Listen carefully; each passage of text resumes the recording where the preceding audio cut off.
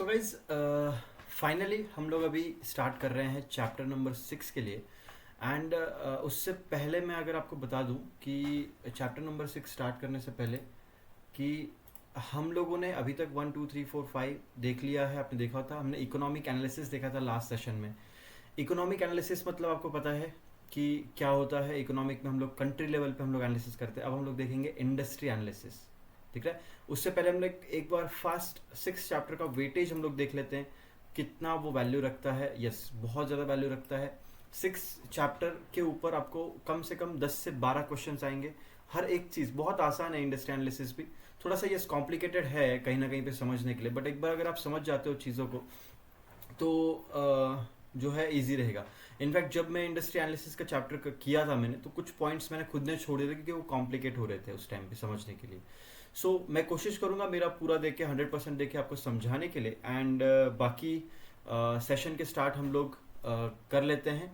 Session start करने से पहले मैं सबसे पहले सबको रिक्वेस्ट करूंगा कि जिन लोगों ने अभी तक सब्सक्राइब नहीं किया है चैनल को, सब्सक्राइब कर लीजिए, लाइक कर दीजिए और बेल आइकॉन याद से दबाना है आपको, ठीक है। इसके अलावा कुछ भी डाउट्स है आपको तो ट्विटर पे मुझे पूछ लेना है आपने। ट्विटर का जो हैंडल है वो मेरे वेबकैम के नीचे मैंने दे रखा है यहाँ पे, आप उससे जो है मुझे कांटेक्ट कर सकते हैं। इसके अलावा व्हाट्सअप दे रखा है मैंने डिस्क्रिप्शन में, ठीक है। एंड उसके अलावा फिर जो है आप मुझे कांटेक्ट कर सकते हैं कहाँ पे, ईमेल भी दे रखा है डिस्क्रिप्शन में ही, तो यहाँ से आप मुझे कांटेक्ट कर सकते हैं। और कमेंट बॉक्स बेस्ट रहेगा आई गेस आपके डाउट्स पूछने के लिए, आप वहाँ पे भी कमेंट्स डाल सकते हैं। और इससे पहले कुछ असाइनमेंट्स मैंने दिए थे पिछले सेशन में, इस सेशन में भी दूंगा मैं आपको असाइनमेंट्स, लेकिन पिछले सेशन में मैंने याद से आपको कुछ असाइनमेंट्स दिए थे। आई होप उसके आंसर्स आपने ढूंढे हैं। और मैं गेस कर रहा हूँ कि आप लॉयल्टी के साथ में उसको पूरा कर रहे हैं, कंप्लीट कर रहे हैं जो मैंने दिया है, ठीक है। एंड उसका जो डेटा है वो आप कमेंट कर रहे हैं, ठीक है। वो भी मैं देख रहा हूँ, पिछले सेशन में भी किसी ने कुछ कमेंट किया था, अच्छे अच्छे कमेंट्स थे। बट मैं चाहता हूँ कि जितने व्यूज़ आ रहे हैं उतने कमेंट्स आएँ, तो कहीं ना कहीं पे मेरा चैनल भी ग्रो करेगा और आपका जो असाइनमेंट है वो भी कहीं ना कहीं पे बढ़ेगा। बाकी रहा बात जो MCQ का, जो लोग MCQ चाहते हैं सॉल्व करना, यूदेमी का लिंक डिस्क्रिप्शन में दे रखा है, वहाँ से आप उसको सब्सक्राइब करके सॉल्व कर सकते हैं, तो एग्ज़ाम में आपके लिए वो आसान हो जाएगा। अब स्टार्ट करते हैं सेशन के लिए। चैप्टर नंबर 6 जिसका वेटेज है 10, जो कि one of the important chapter रहेगा हमारे पूरे सेक्शन में, ठीक है। एंड सॉरी, यस, तो one of the important chapter रहेगा। तो स्टार्ट कर देखो इंडस्ट्री एनालिसिस सबसे पहले। इससे पहले आपको मैंने बता दिया कि हमने इकोनॉमिक देख लिया, हम लोग टॉप डाउन आ रहे हैं, टॉप से लेके नीचे डाउन की तरफ आ रहे हैं। हमने इकोनॉमिक एनालिसिस किया कंट्री लेवल पे, ठीक है। अब हम लोग क्या करेंगे, इंडस्ट्री एनालिसिस करेंगे या सेक्टर का एनालिसिस करेंगे। इंडस्ट्री एनालिसिस करेंगे या सेक्टर का एनालिसिस करेंगे, ठीक है। एंड उसके बाद में फिर हम लोग जाएंगे फाइनली जो रहेगा कंपनी एनालिसिस की तरफ, जो कि कंपनी एनालिसिस में 2 चैप्टर्स हैं, 7 और 8 2 चैप्टर्स हैं। इसमें 6th है और ये 5th था। ये 3 चैप्टर्स बहुत वैल्यू रखते हैं आपके लिए, ठीक है। स्पेशली कंपनी एनालिसिस तो बहुत ज़्यादा। अगर आप इन 3 चैप्टर को सही से करके जाते तो I guess it's more than enough for passing your exam, ठीक है।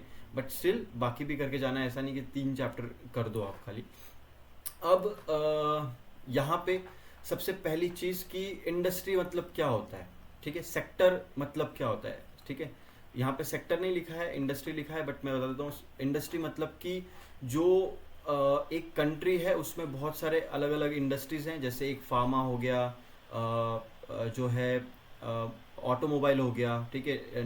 बैंक निफ्टी या फिर जो बोल सकते हैं उसको निफ्टी का, अपना सॉरी, बैंक सेक्टर हो गया, बैंकिंग सेक्टर हो गया, फिनेंस हो गया, इंफ्रा हो गया, रियल्टी हो गया, ठीक है, और फार्मा हो गया, और जो भी FMCG हो गया, ठीक है। अब ये सारे सेक्टर्स जो हैं अलग अलग हर देश में होते हैं, अपने अपने देश के सेक्टर्स हैं। और कुछ जो अलग रहेंगे, जो बिजनेसेस होते हैं ना अलग अलग, वो जो सेम बिजनेस है, जैसे अभी बैंकिंग के सारे स्टॉक्स है, HDFC हो गया, HDFC हो गया, देन उसके बाद में आपका हो गया कोटक बैंक हो गया, कोटक बैंक हो गया, ठीक है। उसके बाद में ICICI बैंक हो गया, ठीक है। ये सारे बैंक्स जितने भी रहेंगे, XYZ जितने भी हैं, वो सारे के सारे एक सेक्टर में आएंगे जो कि है बैंकिंग सेक्टर। तो जब आपको देखना होगा ओवरऑल कि बैंकिंग सेक्टर में क्या हो रहा है, मतलब इंडिया का बैंकिंग सेक्टर में कुछ इशू तो नहीं हो रहा है, अचानक से फार्मा सेक्टर बूम क्यों कर रहा है कोविड में, राइट, ठीक है। अचानक से जो है सीमेंट सेक्टर में क्यों मूवमेंट आ रही है। तो अचानक से जब आपको इंडेक्स दिखेगी उनकी, तो आपको पता चलेगा कि वो पर्टिकुलर रीज़न है उस सेक्टर का ऊपर जाने का, उसमें कुछ न्यूज़ आ रखी है, राइट।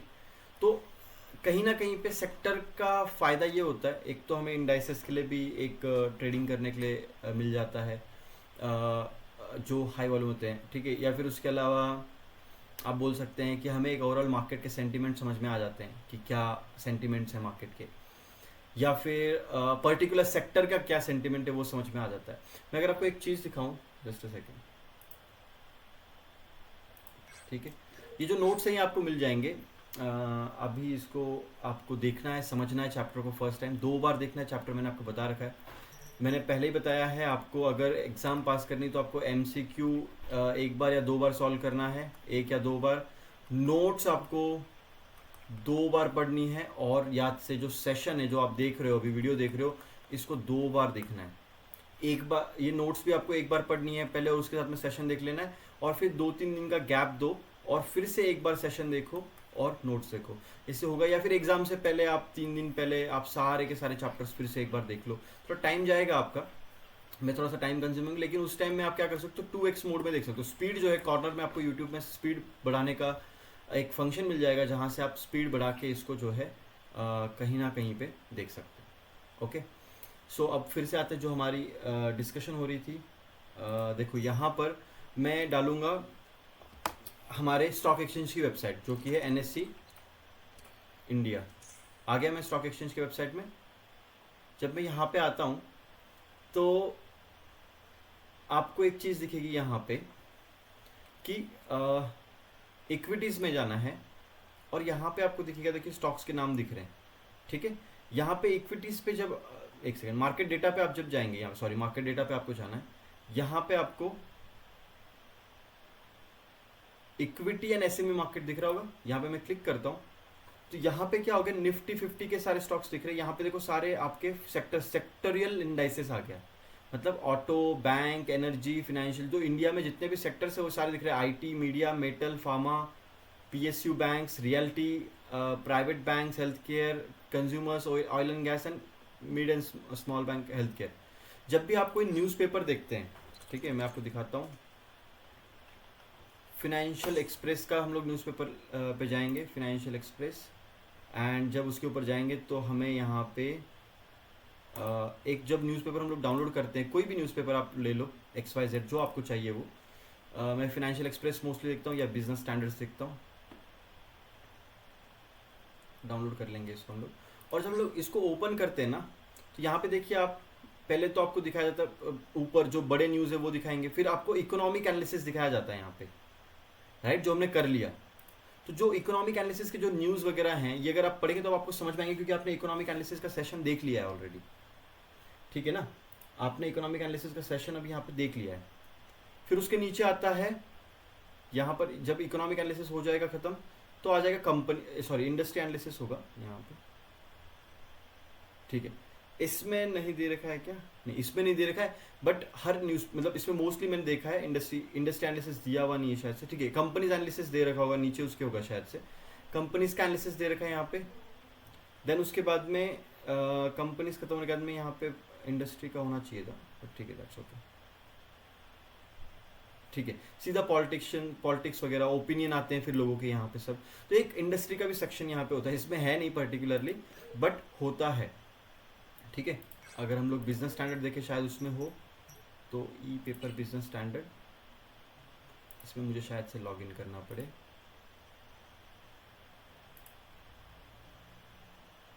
ठीक है। सो यहाँ पे क्या होगा, मैं आपको ये बताना, ये क्यों दिखा रहा हूँ मैं आपको, ये दिखाने का रीज़न ये है कि आपको पता चले। अब यहाँ पे हिंदी में भी आपको मिल जाएगा बिजनेस स्टैंडर्ड, जो लोग नहीं पढ़ पाते इंग्लिश वो लोग हिंदी में पढ़ सकते हैं। यहाँ पर आपको चीज़ें समझ में आ जाती हैं। यहाँ पे है क्या, देख लेते हैं, ठीक है। देखो यहाँ पे कंपनीज का एनालिसिस पहले दे रखा है, कंपनीज दे रखा है, देन उसके बाद में बैटल ग्राउंड नहीं, इकोनॉमिक एंड पब्लिक अफेयर्स दे रखे हैं, इकोनॉमिक एनालिसिस दे रखे हैं यहाँ पे, and industry wise analysis world दे रखा है यहाँ पे, ठीक है। ठीक है, एक इंडस्ट्री सेक्शन भी आता है, जब आप देखेंगे तो आपको मिल जाएगा वो, काफ़ी न्यूज़ इतने होंगे नहीं तो इस वजह से शायद से वो सेक्शन ना हो, बट होता ही है, ठीक है। तो ये आपको समझ में आता है कि इकोनॉमिक एनालिसिस कहीं ना, इंडस्ट्री एनालिसिस भी जो है कहीं ना कहीं पे एक वैल्यू रखता है। अब क्या वैल्यू रखता है ये अब हम लोग चैप्टर में देखने वाले हैं, ठीक है। सबसे पहले तो हम लोग एक बार कंटेंट पढ़ लेंगे क्या क्या है। रोल ऑफ इंडस्ट्री एनालिसिस है, चैलेंजेस रहेंगे इसमें, इंडस्ट्री साइक्लिसिटी हम लोग देखेंगे क्या होती है, सेक्युलर वैल्यू माइग्रेशन और बिजनेस लाइफ साइकिल हम लोग देखेंगे इसके अंदर, ठीक है। वेरियस इंडस्ट्री एनालिसिस फ्रेमवर्क देखेंगे, पॉटर्स का 5 मॉडल देखेंगे, पेस्ले देखेंगे, बीसीजी देखेंगे और एससीपी देखेंगे। अब मैं बता दूं आपको, इसमें से 2 क्वेश्चन आएंगे, इसमें से 2 क्वेश्चन आएंगे, इसमें से 2 क्वेश्चन आएंगे, और इसमें से 2 आएंगे, और इसमें से 2 आएंगे। बाकी जो है वो यूजलेस चैप्टर है, टोटली यूजलेस चैप्टर है, मैं भी बोल देता हूँ। और आके इनमें से कोई एक आध कम हो जाएगा, बट इनमें से एक एक अगर आता है कहीं पे, अगर एक हो जाता है, आ जाता है, तो यहाँ पे एक आध कम हो जाएगा। बट ये वाला जो पॉइंट है ना, यही सब कुछ है इस चैप्टर का मेन पॉइंट। ये भी आपको जब आप आगे चैप्टर देखेंगे तो आपको चीज़ें समझ में आएंगी, क्योंकि इन्हीं 5 पॉइंट्स के ऊपर आपको क्वेश्चंस आएंगे। सब कुछ इन पाँच के ऊपर रहेगा। Porter's 5 model, PESTEL analysis, BCG analysis and SCP analysis, इन 4 फ्रेमवर्क्स के ऊपर ही पूरा चैप्टर है, ठीक है। की इंडस्ट्री स्पेसिफिक ड्राइव्स हम लोग देखेंगे, केपीएस, ये इतना यूज़ नहीं है इसका कुछ भी, क्योंकि इस पर क्वेश्चंस नहीं आते हैं। जहाँ तक मेरा एक्सपीरियंस है वहाँ तक तो नहीं आते, बट आ भी गया तो फिर आप अपने हिसाब से प्रिपेयर होकर जाएंगे तो ज़्यादा बेटर रहेगा। रेगुलेटरी फ्रेमवर्क, ये भी कोई ज़्यादा जरूरी नहीं, इसमें टैक्सेशन आता है, इससे टैक्सेशन का कुछ एक आध क्वेश्चन आ सकता है इनडायरेक्ट और डायरेक्ट टैक्स के ऊपर, वो मैं बताऊंगा अभी आपको। यहाँ तक क्लियर है? यहाँ तक सब चीज़ें क्लियर हैं एकदम अच्छे से, कुछ भी डाउट नहीं है? डाउट है कमेंट करो। मेरा कैमरा सही चल रहा है, नहीं चल रहा है? वॉइस भी सही से चल रहा है? Yes exactly. तो स्टार्ट करते हैं बिना किसी देरी के। एंड फर्स्ट पॉइंट है role of industry analysis in fundamental analysis, ठीक है। Role of industry analysis in fundamental analysis. Sorry, मेरा वेबकैम थोड़ा सा स्टक हो गया था।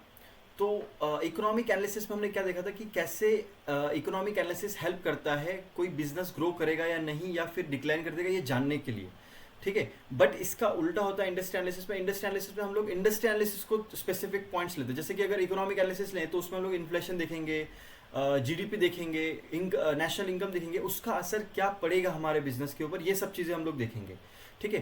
बट जस्ट अ सेकेंड, हाँ।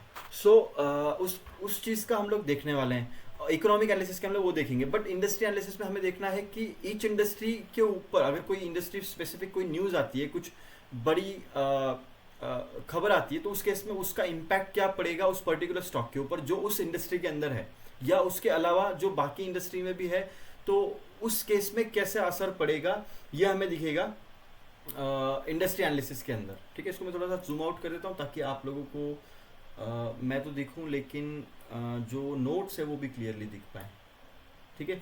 यस। सो एक जो इंडस्ट्री एनालिसिस होता है, तो in industry analysis analyst also try to understand how the various players in the market are likely to react and how they may affect the prospect of the industry. मैंने आपको बताया कि industry में जो लोग हैं उसका बिजनेस से क्या रिलेशन है, ठीक है, और उस बिजनेस का इंडस्ट्री से क्या रिलेशन है, और अगर इंडस्ट्री में कुछ न्यूज़ आती तो उस इंडस्ट्री में जो वर्क कर रहे हैं या जो बिजनेस हैं या उन सब चीज़ों पे क्या अफेक्ट होगा, ठीक है, क्या फ़र्क आएगा, ठीक है। जैसे कि कोविड आया था तो उस टाइम पे सारे जो हॉस्पिटल्स जो थे वगैरह वो फुल हो गए थे, तो जो हमारे नर्स वगैरह थे या फिर जो हमारे डॉक्टर्स थे या फिर जो 24-24 घंटे लग के काम करे, तो उनकी लाइफ के ऊपर बहुत बड़ा इम्पैक्ट हुआ था। हमारे भी हुआ था कोविड की वजह से, पर उनके लाइफ के ऊपर अलग ही एक इम्पैक्ट हुआ था, क्योंकि उनको कोविड के पेशेंट्स के बीच में जाकर उनको हमें सैल्यूट करना चाहिए। एंड आप देखिए, अगर कहीं ना कहीं पे उसका इफेक्ट पड़ा, तो कोई इंडस्ट्री स्पेसिफिक न्यूज़ है, अगर कुछ बड़ी कोई अगर फार्मा सेक्टर में न्यूज़ आ जाती है या फिर बैंकिंग सेक्टर में कुछ न्यूज़ आ जाती है, तो उसका क्या, जैसे भी आईटी देखो, एआई आ गया, तो एआई का आईटी के ऊपर असर पड़ रहा है। जो स्टॉक्स है आईटी के वो सही से ग्रोथ नहीं कर पा रहे, वहीं पर ही अटके हुए हैं बहुत टाइम से। हालांकि इन्फी उड़ गया है अभी, और विप्रो भी जा रहा है अभी ऊपर, लेकिन इतना नहीं जा पाए हैं जितना बाकी स्टॉक्स बाकी सेक्टर्स ने ग्रोथ किया था। तो एआई का इम्पैक्ट क्या, फिर ऊपर से ले ऑफ हो गया, तो जो एम्प्लॉयज थे उनके ऊपर क्या असर पड़ा, राइट। तो ये चीज़ें हमें कहीं ना कहीं पे इंडस्ट्री स्पेसिफिक न्यूज़ वगैरह से समझ में आती हैं। The various questions that have to be addressed in industry analysis including the following। तो ये कुछ questions हैं जो हमें देखने हैं, जो कि हमें एड्रेस करने होते हैं इंडस्ट्री का एनालिसिस करने से पहले। जैसे कि what is the industry and in which company it operates, which the company operates. तो जो कंपनी का आप एनालिसिस कर रहे हैं वो कौन से इंडस्ट्री में, ये पता होना चाहिए। अगर आप विप्रो का कर रहे हैं एनालिसिस, तो आपको पता होना चाहिए वो आईटी सेक्टर में है, तो आईटी का भी एक बार देख लो, चार्ट देख लो, आप न्यूज़ देख लो, सब चीज़ें। या फिर अगर आप एफएमसीजी देख रहे हो सेक्टर, तो आपको पता होना चाहिए कि हिंदुस्तान यूनिलीवर या फिर आईटीसी जो हो गया, ये सारे स्टॉक कहाँ आते हैं, एफएमसीजी में आते हैं। तो अगर एफएमसीजी में कोई न्यूज़ है तो आपको उन बाकी स्टॉक्स का भी एनालिसिस कहीं ना कहीं पे करना पड़ेगा, ठीक है। How much does it get impacted on account of cyclical trends in the economy. Cyclical trends के ऊपर कैसे इम्पैक्ट पड़ते हैं, कौन सा साइक्लिकल ट्रेंड यूज होगा वो बताएंगे, आगे देखेंगे हम लोग। What is the potential of industry size, कि अगर एक इंडस्ट्री है उसका मार्केट साइज क्या है और कितना बढ़ेगी, वो कितना पोटेंशियल है उसका और बढ़ने में, ठीक है। तो कोई भी सेक्टर, जैसे अभी जब आईटी नया नया आया तो लगा नहीं था किसी को कि इतना बढ़ेगा, बट जैसे जैसे हमारे आईटी कंपनीज हैं अलग अलग इंडिया के, उन्होंने डेवलपमेंट के ऊपर पैसा खर्च किया, टेक्नोलॉजी के ऊपर खर्च किया पैसा, तो कहीं ना कहीं पे वो एक, आप देखिए आज कहाँ से कहाँ पहुँच गया IT sector, one of the best IT sector है पूरे वर्ल्ड में, ठीक है। How has the industry been performing in the past and what were the drivers behind the performance, ठीक है। तो कैसे इंडस्ट्री ने पास्ट में परफॉर्मेंस किया और क्या क्या चीज़ें थी जो उसको पुश कर रही थी इतने टाइम तक। जैसे अगर आप देखेंगे, अगर तो फार्मा सेक्टर कोविड टाइम में बहुत बढ़ रहा था, तो उसके पीछे का क्या रीज़न था वो आपको भी पता है, मुझे भी पता है, ठीक है। या फिर देखो अभी आपको याद होगा बीच में इंफ्रास्ट्रक्चर के ऊपर मोदी जी ने कुछ बोल दिया, पीएसयू बैंक के ऊपर कुछ बोल दिया, तो वो देखो वो ऊपर जा रहे, तो कौन से ड्राइवर से उस सेक्टर को ऊपर उठाने के लिए, ये भी आपको देखना पड़ता है। तो जो सेक्टर को आप एनालिसिस करते हैं, आपको एक एक सेक्टर लेना पड़ता है। जैसे पहले आपने आईटी लिया, ठीक है, आईटी के सारे स्टॉक्स देख लिया, आपने इकोनॉमिक एनालिसिस कर लिया, उसके ऊपर इंडस्ट्री देख लिया, फिर सारे स्टॉक्स देख लिए, फिर आपको समझ में आया कि नहीं यार इन सब में सबसे बेस्ट ये पर्टिकुलर पॉइंट्स है जहाँ पे हम लोग पैसा डाल सकते हैं। फिर आपने अपनी रिसर्च रिपोर्ट पब्लिश की या फिर अपने क्लाइंट्स को दी कि भाई आप यहाँ पे पैसा डालो, यहाँ पे बाय करो, सेल करो, ये हम लोग सजेस्ट करते हैं, राइट। तो कहीं ना कहीं पे जो है आपको ये चीज़ें देखनी पड़ती हैं। What is the level of competition in industry, जो इंडस्ट्री है उसमें क्या कंपटीशन चल रहा है। बैंकिंग सेक्टर आप देख लो, इंडिया का HDFC bank, ICICI bank, Kotak bank, तीनों लगे हुए हैं अपना अपना मार्केट शेयर बढ़ाने के पीछे, राइट। तो कंपटीशन कैसा है, टफ है, कम है, कुछ एंट्री बैरियर्स तो नहीं है, कुछ ये सब चीज़ें देखनी पड़ती हैं। कितना जो है हार्ड हो रहा है किसी इंडस्ट्री में एंट्री करना, ठीक है। How does it effect the pricing power of the various players, कि अगर कोई एक सब 5 कंपनीज हैं अगर सेक्टर के अंदर, तो 5 में से 3 कंपनीज के पास में कुछ ऐसी चीज़ें जो एक्स्ट्रा चार्ज लगा के दे रही है लेकिन 2 नहीं कर पा रही हैं, तो कौन सी वो 2 कंपनी, कौन सी 3 कंपनी, कौन सी एक कंपनी जो इन सबसे बेस्ट है, उसका मार्केट कैप सबसे बेस्ट है, सबसे ज़्यादा अच्छा आरओसी है, आरओई ये सब कुछ अच्छा है, ये सब चीज़ें देखनी पड़ती हैं। What are the various sectors secular trends that affect the industry and are they causing any migration value. Secular trend आपको बताया मैंने, पिछले सेक्शन में हमने देखा था, जो कि एक परमानेंट ट्रेंड आता है, जो परमानेंट चेंज आता है उसको बोलते हैं सेक्युलर ट्रेंड, राइट। अगर मैं गलत नहीं हूँ तो आपको याद होगा, नहीं है अगर मैं गलत हूँ तो बताओ मुझे कमेंट में, right. Definition, defining the industry, defining the industry, मैं बहुत बार राइट बोलता हूँ, राइट हर सेशन के बाद में, हर एक लाइन के बाद में मैं राइट बोलता हूँ। आई एम एक्सट्रीम सॉरी, वो कमेंट में आ रहा था लोगों का, लेकिन अभी उसको इग्नोर करिए। देखो इट्स नॉट इंपॉर्टेंट कि लाइक मैं क्या बोल रहा हूँ, कैसे बोल रहा हूँ, इट्स इंपॉर्टेंट कि आपको कंसेप्ट समझ में आ रहा है या नहीं, जो मैं सिखा रहा हूँ वो समझ में आ रहा है या नहीं, जो एक एक लाइन में बता रहा हूँ ये आपको यूजफुल है या नहीं। क्योंकि देखिए एमसीक्यू जब आप सॉल्व करते हैं तो ये एक एक लाइन इंपॉर्टेंट, ऐसे नहीं कि मैंने आपको खाली कंसेप्ट बता दिया, हाँ ऐसा ऐसा है, ऐसा ऐसा है, वैल्यू माइग्रेशन इसका मतलब ये होता है, इसका मतलब ये होता है, इसका मतलब ये होता है, ऐसा नहीं होता है। आपको समझ में आना चाहिए कि जो कंसेप्ट मैं समझा रहा हूँ उसको एक एक लाइन वाइज जब आप समझेंगे तो कहीं ना कहीं पे आपका काम आसान हो जाएगा। ये सेशन देख के इनफ है आपके लिए, आप चैप्टर पढ़ रहे हो ऐसा समझ लो कहीं ना कहीं पे, ठीक है। Defining the industry, the very first, देखो डिफाइनिंग द इंडस्ट्री मतलब डेफिनेशन नहीं है इंडस्ट्री का, ये बोला जा रहा है कि कौन से स्टॉक को किस इंडस्ट्री में डालना है, किस सेक्टर में डालना है, वो कैसे डिफाइन हो। अगर आईटी का देखो, जैसे आईटीसी है वो एफएमसीजी में भी आता है और उसके कुछ और भी प्रोडक्ट्स है जो अलग सेक्टर में उसको जा सकते हैं। जैसे पीवीआर हो गया तो वो ऑनलाइन सिनेमा वगैरह में भी आता है, या फिर और एंटरटेनमेंट मतलब मीडिया वगैरह में भी आता है, या ओटीटी प्लेटफॉर्म भी है उसका। तो अलग अलग सेक्शन हो, अलग अलग जो है बिजनेस हो जाते हैं। रिलायंस का ही देख लो आप, ठीक है, तो अलग अलग बिजनेस जो है एक ही कंपनी के अंदर रजिस्टर्ड हैं, तो कहीं ना कहीं पे it's hard for you know industry में उसको डिफाइन करना हार्ड होता है। ये बस लिखा हुआ है, the very first step in the industry is analysis to define the industry in which it company operates. Industry definition is not that easy task, while there are several standard of classification. अब देखो यहाँ पे एक चीज़ है, आपको exam में question आ सकता है कि what are the several standards of classification of the industry, तो उसमें आएगा NIC, national industry classification, note कर लो, ग्लोबल इंडस्ट्री क्लासिफिकेशन स्टैंडर्ड जो कि GICS है, तो ये ग्लोबली यूज किया जाता है, ये नेशनली यूज किया जाता है, और ये जो है north American industry classification system होता है। तो तीन आपको याद रखने हैं।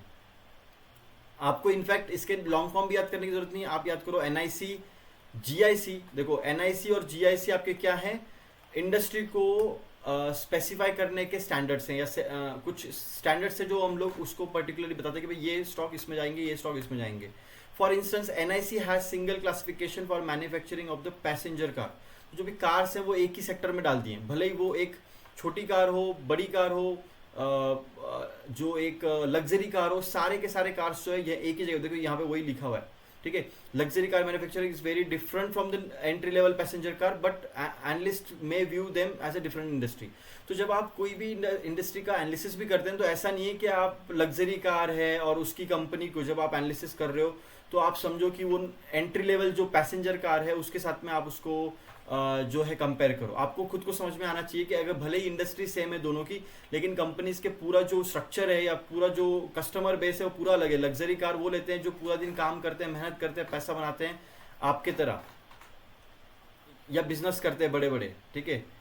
और जो एंट्री लेवल कार है वो पता है आपको कौन लेता है, जो थोड़े मतलब उनकी मिडिल क्लास फैमिली से हैं, जो पैसा नहीं बना पा रहे हैं। वो आप तो अमीर हो, आप और मैं अमीर है बहुत, राइट। तो हम लोग लग्जरी कार लेंगे। तो जो इनका जो लग्जरी कार वालों का जो होता है, ये इनके कस्टमर अलग हैं। ये टीवी पे एड्स नहीं चलाते हैं। क्यों नहीं चलाते? बिकॉज इनको पता है कि हमारे जो कार ले सकते हैं वो रात दिन मेहनत करते हैं और टीवी पे एड्स देखेंगे ही नहीं, राइट। इनके एड्स कभी आपको दिखे? आपको देखा लैम्बोर्गिनी का ऐड देखा आपने, या कोई बड़ी कार जो रेंज रोवर का ऐड देखा आपने? कभी नहीं देखा होगा। रेंज रोवर का तो भी देखा होगा शायद से आई गेस, लेकिन जो मोस्टली जो लग्जरी कार्स है जैसे रोल्स रॉयल्स हो गई, ठीक है, इनके देखे आपने एडवर्टाइजिंग कभी?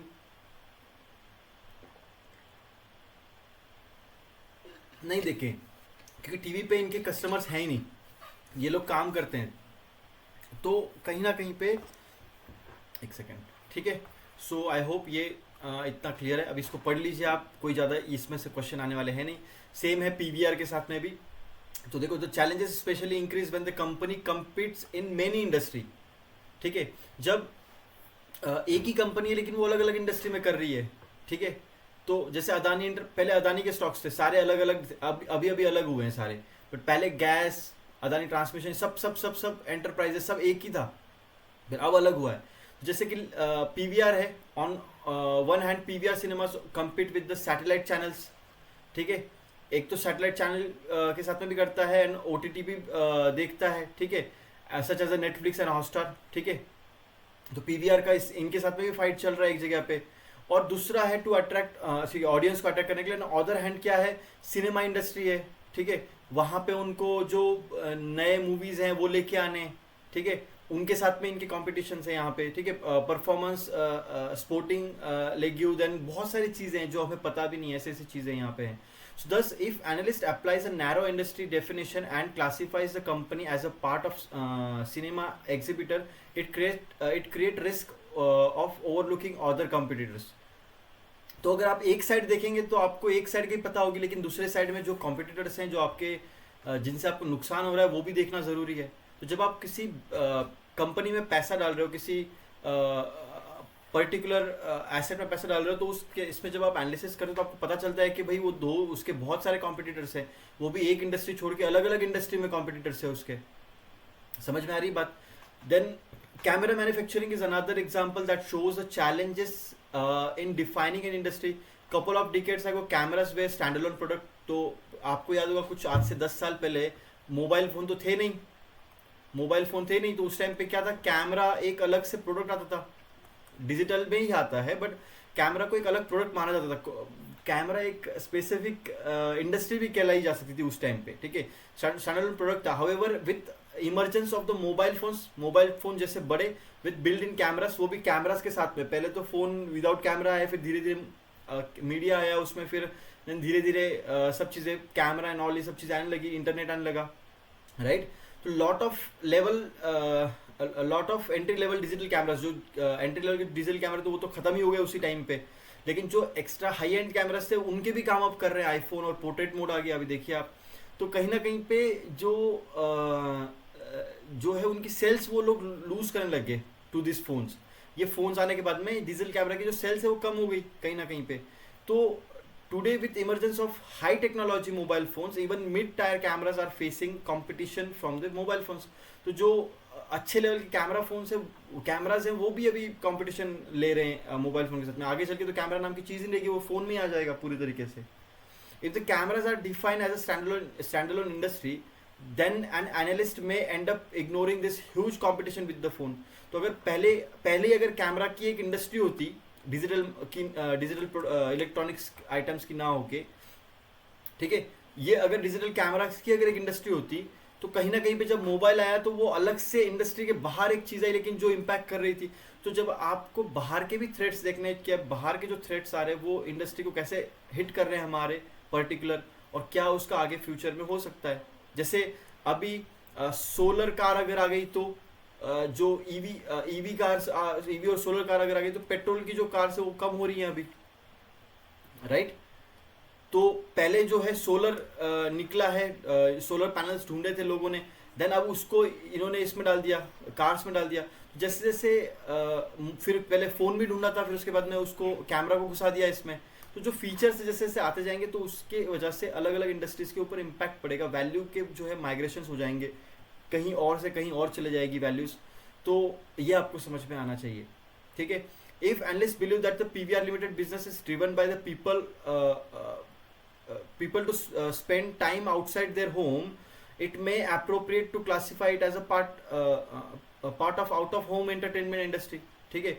अगर लोग बाहर जाके मूवीज देखना पसंद करते हैं तो ये out of home entertainment industry हो गई, ठीक है। On other hand, if the business is largely driven by the people to consume movie content, then it may appropriate to classify as a part time entertainment media, ठीक है, okay. तो ये समझ में आना चाहिए आपको कि क्या हमारा बिजनेस है, कौन से इंडस्ट्री में वो आता है, उसको किस में क्लासीफाई करें, वो उसको हम लोग एंटरटेनमेंट मीडिया में रखें, या फिर उसको होम एंटरटेनमेंट इंडस्ट्री में रखें, या उसको क्या करें, ठीक है। Understanding industry cyclicality, okay. क्या होती है, बहुत सिंपल है। देखो, जब भी कोई बिजनेस में कोई बड़ी न्यूज़ आती है, या फिर रिसेशन आता है, या फिर एक इकोनॉमिक एनालिसिस के हिसाब से जो साइकिल्स चलती है, जैसे कि मैंने आपको बताया था, पहले ऊपर जाएगा पीक पे, फिर स्लो डाउन होगा, फिर रिसेशन आएगा, फिर वापस से पिकअप करेगा, फिर एक ग्रोथ फेज में चले जाएगा, राइट। तो जब ये साइकिल्स आएंगी तो उस केस में ये जो बाकी बिजनेसेस है उसके ऊपर कैसे इम्पैक्ट करते हैं, तो कौन से साइकिल में आते हैं। Economic cycle affect all businesses, however they affect some business more than the others. कुछ में ज़्यादा होगी, कुछ में कम होगी इकोनॉमिक साइकिल का अफेक्ट। तो जब ये नीचे गिर रहे तो स्टॉक भी नीचे गिर रहे, तो कौन से स्टॉक ज़्यादा नीचे गिर रहे हैं और कौन से कम गिर के ऊपर जा रहे हैं, ये समझना मतलब हो गया साइक्लिसिटी। समझ में आ गया? अभी इतना तो समझ में आ गया ना, ठीक है। सो देखो यहाँ पे अभी हाँ, based on the cyclic nature industry can be classified into 3 categories. Industry जो है 3 कैटेगरीज में क्लासिफाइड होती है, ठीक है। वो होती है defensive industry, semi cyclical industry और डीप साइक्लिकल इंडस्ट्री, ठीक है। डिफेंसिव मतलब कि साइकिल का जो साइकिल है उसका कोई इंपैक्ट नहीं पड़ेगा। इसको ऐसे समझो आप, देखो याद ऐसे रखना, डिफेंसिव मतलब कि ज़्यादा कुछ फर्क नहीं पड़ रहा है, नॉर्मल चल रही है मार्केट के साथ में, कुछ ज़्यादा मार्केट साइकिल ऐसे ऐसे नीचे ऊपर नीचे हो रही है, लेकिन ये नॉर्मल चल रहा है, नॉर्मल थोड़ा सा फॉल आया और वापस ऊपर चला गया, ऐसा कुछ आप समझो। डिफेंसिव मतलब कोई ज़्यादा इंपैक्ट नहीं होगा बट एकदम माइनर इंपैक्ट होगा। सेमी साइक्लिकल मतलब कि जो है नॉर्मल, एक सेकेंड, ओके, ठीक है, नॉर्मल इंपैक्ट इसका होगा, ठीक है। एंड डीप साइक्लिकल मतलब बहुत बड़े बड़े साइकिल्स बनेंगे, डीप साइकिल्स बनेंगे, तो उसका भी इम्पैक्ट होगा इसके ऊपर, ठीक है। समझ में आ गई बात ये? अब थोड़ा डायग्राम मेरी गलत हो गई है, इसमें थोड़ा सा फीचर है इसका कि अगर आप ऐसे ऐसे करो तो वो मिट जाता है, सो वो फीचर उसका, ठीक है। defensive industry, these are the industry that creates product and services that have low income elasticity. Okay, low income, profit भी कम मिलेगा लेकिन रिस्क भी कम रहेगा, ग्रोथ जो है स्टेडी रहेगी. फॉल और rise in income does not affect the demand significantly. अगर अचानक से किसी कंपनी की इनकम जो लेवल है वो घट जाती है तो उसका कुछ फर्क नहीं पड़ेगा उसके डिमांड के ऊपर, लोग फिर भी उसको खरीदेंगे और उसकी प्राइस ऊपर जाती रहेगी. Therefore this industries experience minimum impact of the account of economic cycle. तो जो इकोनॉमिक साइकिल जो होती है उसका जो इम्पैक्ट है वो बहुत कम आता है इंडस्ट्री के ऊपर. तो एग्जाम में आपको क्वेश्चन आ सकता है कि dash dash industry having a very minimum impact of the economic cycle, which industry, defensive industry. उसमें नाम नहीं है, डिफेंसिव है, बहुत डिफेंस होता है उसके अंदर खुद के लिए.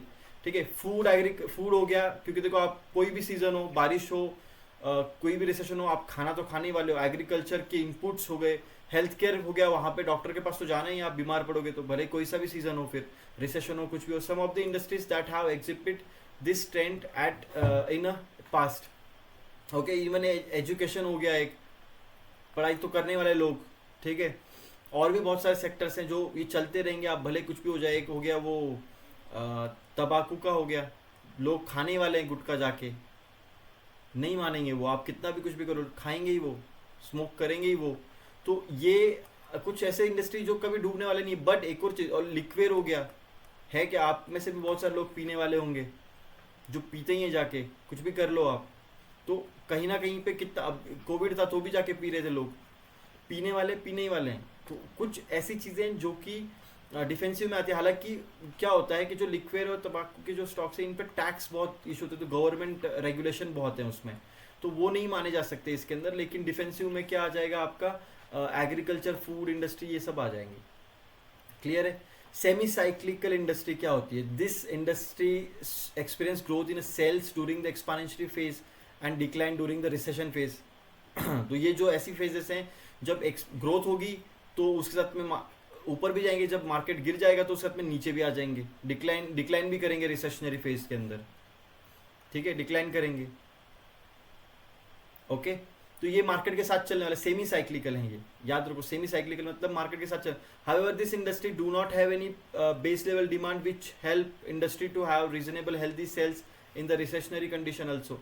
तो भले इनकी जो सेल्स अच्छी रहेंगी रिसेशन के अंदर भी, तो भी मुझे नहीं लगता है, तो भी सेमी साइक्लिकल इंडस्ट्री जो होती है इसमें जो है उसका इम्पैक्ट, रिसेशन का इम्पैक्ट देखने को मिलेगा, भले कितना भी अच्छा होगा.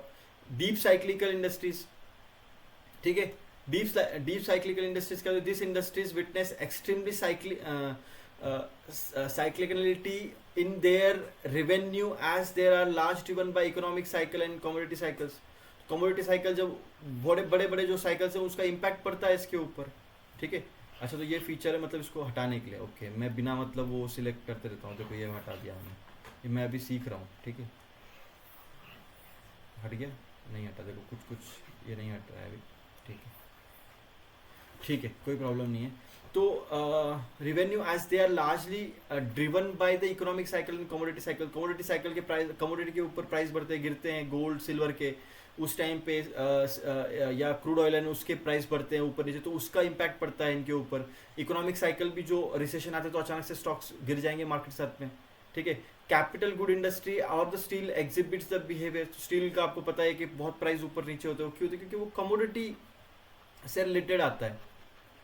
ठीक है, मेटल आता है, उसके मेटल से रिलेट करता है वो, तो मेटल की प्राइस ऊपर नीचे होगी तो कहीं ना कहीं पे स्टॉक में ऊपर नीचे आएगा. ठीक है, आई होप इतना क्लियर है, आपको कोई डाउट नहीं है इसके अंदर, राइट?